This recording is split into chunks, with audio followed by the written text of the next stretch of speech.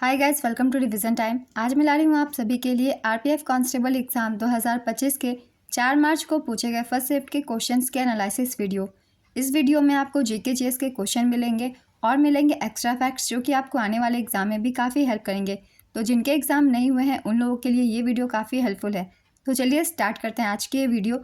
मगर वीडियो को स्टार्ट करने से पहले आप सभी से एक रिक्वेस्ट है, वीडियो अगर हेल्पफुल लगे तो आप इसे लाइक ज़रूर कर दीजिएगा और साथ ही इस तरीके की एनालिसिस वीडियो के लिए चैनल भी ज़रूर सब्सक्राइब कर लीजिए। साथ ही बेल आइकन भी प्रेस कर लीजिएगा ताकि वीडियो की नोटिफिकेशन भी आप सभी को मिलती रहे।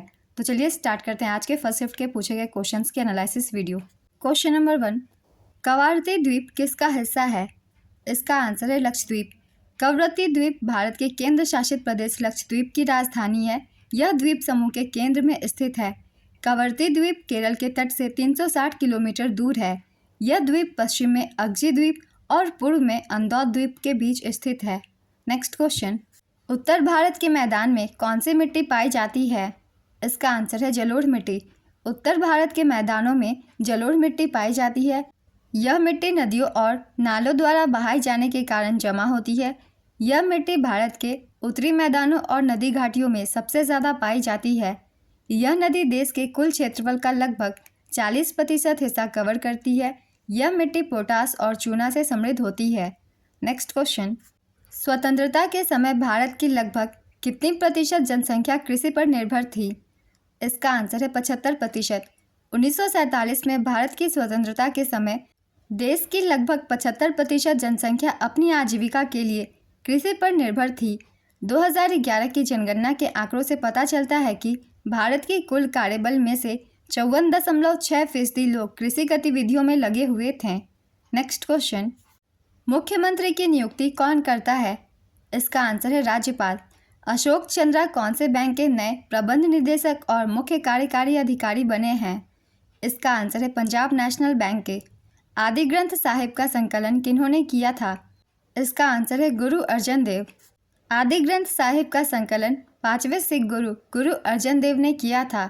उन्होंने इसे साल 1604 में पूरा किया। इसे ग्रंथ साहिब के नाम से भी जाना जाता है।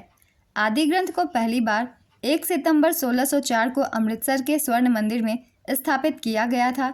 10वें सिख गुरु गुरु गोबिंद सिंह ने साल 1604 से 1606 के बीच इसमें और शब्द जोड़े। गुरु अर्जन देव का जन्म 15 अप्रैल 1563 को गोइंदवई पंजाब में हुआ था। उन्हें हरमिंदर साहिब के निर्माण, सुखमनी साहिब लिखने, तरन तारण साहिब शहर की स्थापना, कीर्तन सोहिला के 5वें भजन की रचना, आदि ग्रंथ का संकलन और इसे हरमिंदर साहिब में स्थापित करने और करतारपुर और जालंधर शहर की स्थापना के लिए जाना जाता है। गुरु नानक देव जी सिख धर्म के संस्थापक थे। उनका जन्म 15 अप्रैल 1469 को ननकाना साहिब में हुआ था। सलोक महल सतवें 7वें सिख गुरु गुरु हर राय ने लिखा था। अमृतसर शहर की स्थापना चौथे सिख गुरु गुरु रामदास ने की थी, जिनका वास्तविक नाम जेठा था।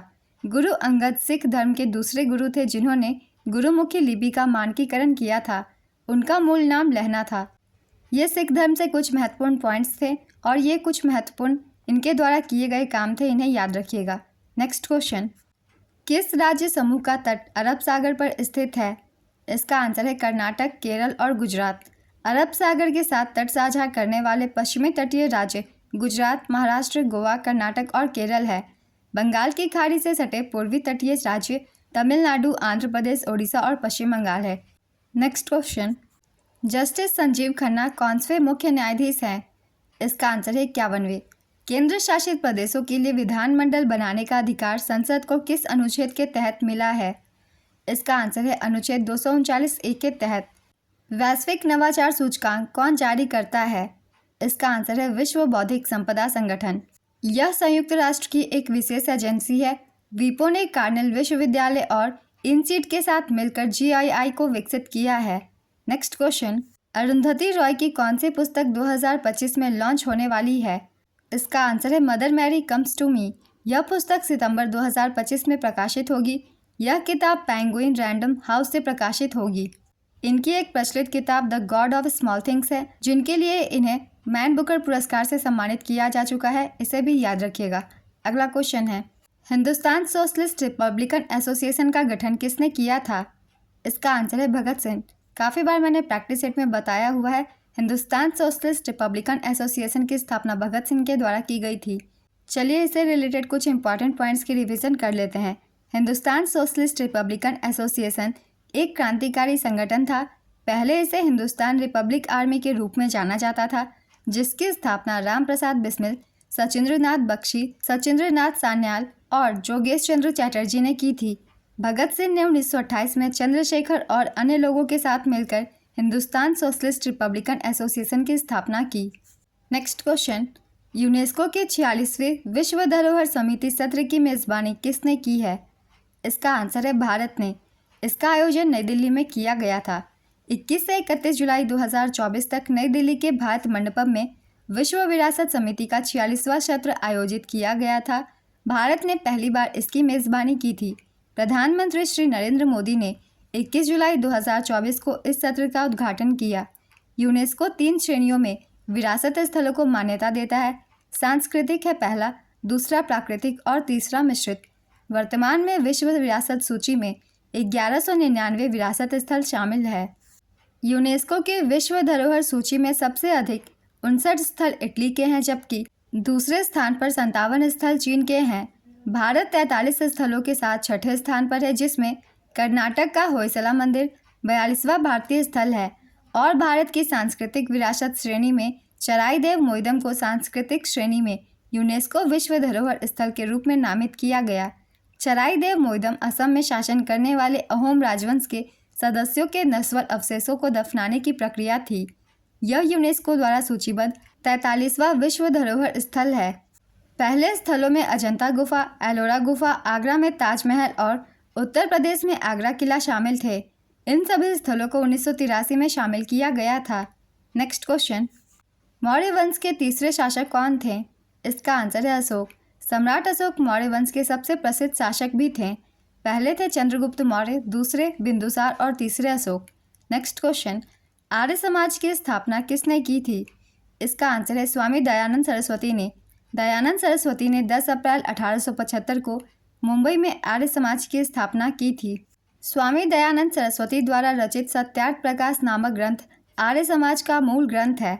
आर्य समाज का आदर्श वाक्य है क्रीणवंतो विश्वमार्यम, जिसका अर्थ है विश्व को आर्य बनाते हैं चलो। दयानंद सरस्वती का वास्तविक नाम मूलशंकर था। विरजानंद दंडीदास दयानंद सरस्वती के गुरु थे। ये कुछ महत्वपूर्ण पॉइंट्स थे दयानंद सरस्वती से संबंधित।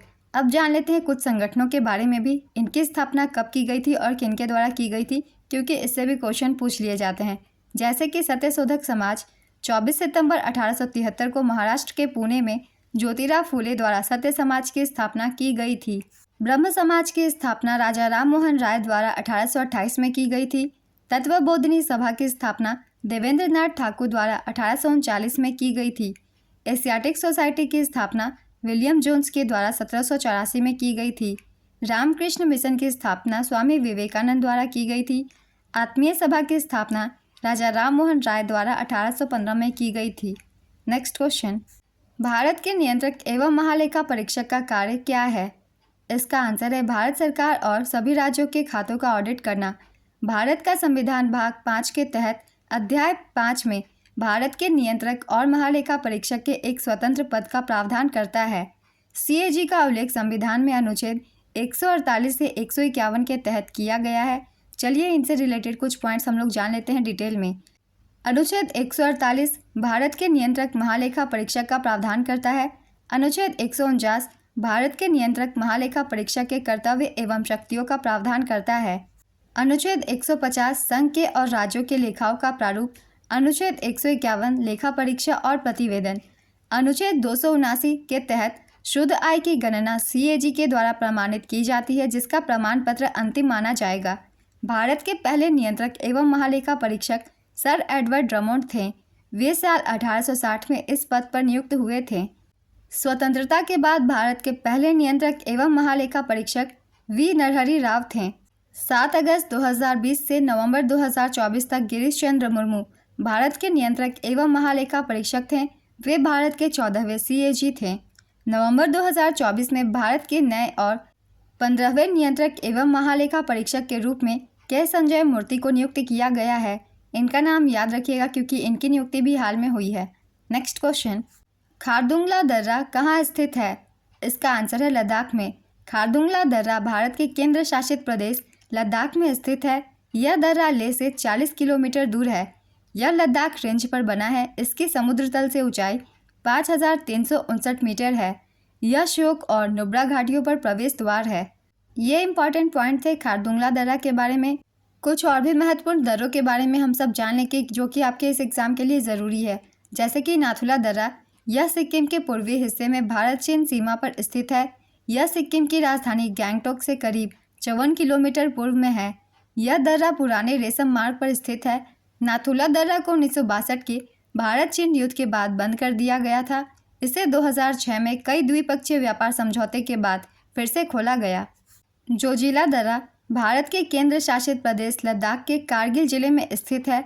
यह हिमालय का एक ऊंचा दर्रा है। यह दर्रा श्रीनगर लेह राष्ट्रीय राजमार्ग पर स्थित है। बनिहाल दर्रा जम्मू कश्मीर के डोडा जिले में पीर पंजाल पर्वतमाला में स्थित है। यह समुद्री तल से 2832 मीटर की ऊंचाई पर है। बनिहाल दर्रा जम्मू को श्रीनगर से जोड़ता है। सिपकिला दर्रा हिमाचल प्रदेश के किन्नौर जिले में है। यह हिमालय का एक प्रमुख दर्रा है। यह भारत और तिब्बत के बीच सीमा चौकी भी है। यह दर्रा सतलुज घाटी में स्थित है। यह दर्रा समुद्र तल से 4300 मीटर से ज़्यादा ऊंचाई पर है। यह नाथुला दर्रा के बाद तिब्बत से व्यापार के लिए दूसरा सीमा मार्ग है। ये कुछ महत्वपूर्ण दर्रे थे। इनके आप स्थल याद रखिएगा कि ये दर्रे किस स्थान पर हैं। नेक्स्ट क्वेश्चन, ज्योतिराव फुले और सावित्रीबाई फुले ने साल 1848 में कहाँ पर महिला शिक्षा के लिए देश का पहला बालिका विद्यालय खोला था? इसका आंसर होगा पुणे में। ज्योतिराव फुले और सावित्रीबाई फुले ने साल 1848 में पुणे में महिला शिक्षा के लिए देश का पहला बालिका विद्यालय खोला। सावित्रीबाई इस विद्यालय की पहली शिक्षिका बनी थी। नेक्स्ट क्वेश्चन, रेगिस्तान में कौन सी मिट्टी पाई जाती है? तो इसका आंसर होगा रेतीली, लवणीय, क्षारीय और चाकली। ये एक चूनेदार मिट्टी होती है। इनमें से जो भी ऑप्शन में एक हो आप उसे टिक कर सकते हैं, वही होगा सही आंसर। नेक्स्ट क्वेश्चन, शुष्क भूमि और कम पानी में सबसे उपयुक्त फसल कौन सी है? इसका आंसर होगा बाजरा। आज़ादी से पहले भारत में कौन सा उद्योग सबसे बड़ा था? इसका आंसर है सूती कपड़ा उद्योग। प्रांतीय स्वायत्तता किस अधिनियम के तहत लागू हुई थी? इसका आंसर है भारत सरकार अधिनियम 1935 के तहत। 2024 के अनुसार SLR कितना है? इसका आंसर है 18%। भारतीय संविधान का अनुच्छेद 38 किससे संबंधित है? इसका आंसर है राज्य लोगों के कल्याण को बढ़ावा देने के लिए सामाजिक व्यवस्था को सुरक्षित और संरक्षित करना। ओम के नियम से संबंधित राशियाँ कौन सी है? इसका आंसर है वोल्टेज और धारा। भारतीय संविधान के किस अनुच्छेद में कहा गया है कि संसद नए राज्यों की स्थापना कर सकती है या नए राज्यों को कानून के आधार पर भारत में स्थापित कर सकती है? इसका आंसर है अनुच्छेद 2 के तहत। अनुच्छेद 2 नए राज्यों का प्रवेश या स्थापना का उपबंध करता है। अनुच्छेद 3 नए राज्यों का निर्माण और वर्तमान राज्यों के क्षेत्रों, सीमाओं या नामों में परिवर्तन का उपबंध करता है। अगला क्वेश्चन है, खमीर का वैज्ञानिक नाम क्या है? इसका आंसर है सैक्रोमाइसिस सेरेविसिया। थार मरुस्थल में कौन सी मृदा पाई जाती है? इसका आंसर है मरु मृदा। केंद्र शासित प्रदेशों की विधानसभाओं से जुड़े प्रावधान किस अधिनियम के तहत आते हैं? इसका आंसर है संघ राज्य क्षेत्र शासन अधिनियम 1963 के तहत। नेक्स्ट क्वेश्चन, 1990 में मंडल आयोग की सिफारिशों के आधार पर OBC को भारत सरकार द्वारा सरकारी नौकरियों और सार्वजनिक क्षेत्र की इकाइयों में कितना प्रतिशत आरक्षण दिया गया था? इसका आंसर है 27%। मंडल आयोग का गठन साल 1979 में भारत सरकार ने किया था। इस आयोग के अध्यक्ष संसद सदस्य BP मंडल थे। इस आयोग ने 31 दिसंबर 1980 को अपनी रिपोर्ट राष्ट्रपति को सौंपी थी। अगस्त 1990 में VP सिंह ने संसद में मंडल आयोग की सिफारिशों की घोषणा की थी। साल 1992 में सुप्रीम कोर्ट ने OBC के लिए 27% आरक्षण को बरकरार रखा था। 93वां संविधान संशोधन OBC के लिए 27% आरक्षण प्रदान करता है। अन्य पिछड़ा वर्ग को मिले आरक्षण के समर्थक और विरोधियों के बीच चले विवाद को मंडल मुद्दा कहा जाता है। नेक्स्ट क्वेश्चन, भारत में पंचवर्षीय योजना की अवधारणा का श्रेय मुख्य रूप से किस अर्थशास्त्री को दिया जाता है? इसका आंसर है अर्थशास्त्री KN राज। किनका मानना था कि आध्यात्मिक राष्ट्रवाद भारत की वास्तविक क्षमता का मार्ग है? इसका आंसर है श्री अरबिंदो घोष। देव दीपावली का त्यौहार कहाँ मनाया जाता है? इसका आंसर है वाराणसी। देव दीपावली का त्यौहार कार्तिक पूर्णिमा को मनाया जाता है। अगला क्वेश्चन है, मानव विकास सूचकांक कितने कैटेगरी में जारी किया जाता है? इसका आंसर है 4। भारतीय रिजर्व बैंक ने रेपो दर में कितनी कटौती की है? इसका आंसर है 25 आधार अंकों की कटौती। आरबीआई ने रेपो दर में 25 आधार अंकों की कटौती की है, जिसमें यह 6.5% से घटकर 6.25% हो गई है। नेक्स्ट क्वेश्चन, चिन्हट के युद्ध में ब्रिटिश सेना का नेतृत्व किसने किया था? इसका आंसर है ब्रिगेडियर जनरल हेनरी लॉरेंस ने। यह युद्ध 30 जून 1857 को लखनऊ के इस्माइलगंज में लड़ा गया था। नेक्स्ट क्वेश्चन, राष्ट्रीय मानवाधिकार आयोग किस प्रकार का निकाय है? इसका आंसर है स्वायत्त निकाय। 5वीं पंचवर्षीय योजना किस पर आधारित थी? इसका आंसर है रोजगार, गरीबी उन्मूलन और न्याय पर। 5वीं पंचवर्षीय योजना की अवधि 1974 से 78 तक की थी।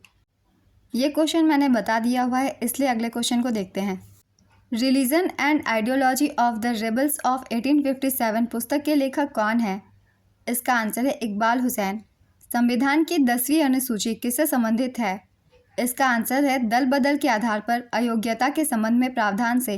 काफ़ी बार मैंने बता दिया हुआ है, 10वीं अनुसूची दल बदल से संबंधित है। आज के फर्स्ट शिफ्ट की एनालिसिस वीडियो कंप्लीट होती है। अगर आप सभी को ये वीडियो हेल्पफुल लग रही हो तो इसे लाइक ज़रूर कर दीजिएगा और इस तरीके की कम टाइम की एनालिसिस वीडियो के लिए चैनल भी ज़रूर सब्सक्राइब कर लीजिए। फिर मिलते हैं अगली वीडियो के साथ। आप सभी को आने वाले एग्जाम्स के लिए ऑल द बेस्ट।